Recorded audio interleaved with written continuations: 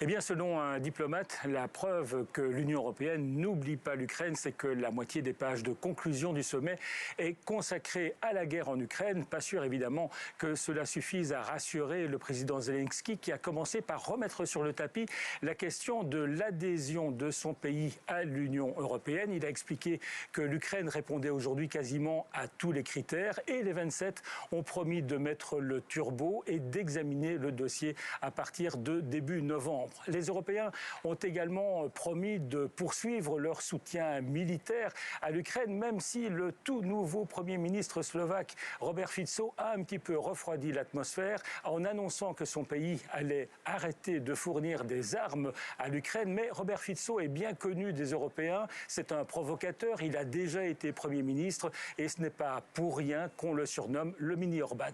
Alors sur le plan financier, les 27 ont commencé à examiner une nouvelle proposition de la Commission européenne, une rallonge de 50 milliards sur 4 ans à l'Ukraine. Le problème, c'est que les caisses sont vides. L'Union européenne a dû faire face ces dernières années à de nombreux imprévus, raison pour laquelle la Commission européenne propose de renflouer le budget de l'Union à hauteur de 100 milliards, ce qui veut dire que les 27 devraient mettre la main à la poche. Et là, vous l'aurez deviné, ça grince un petit peu, le dossier n'est pas clos.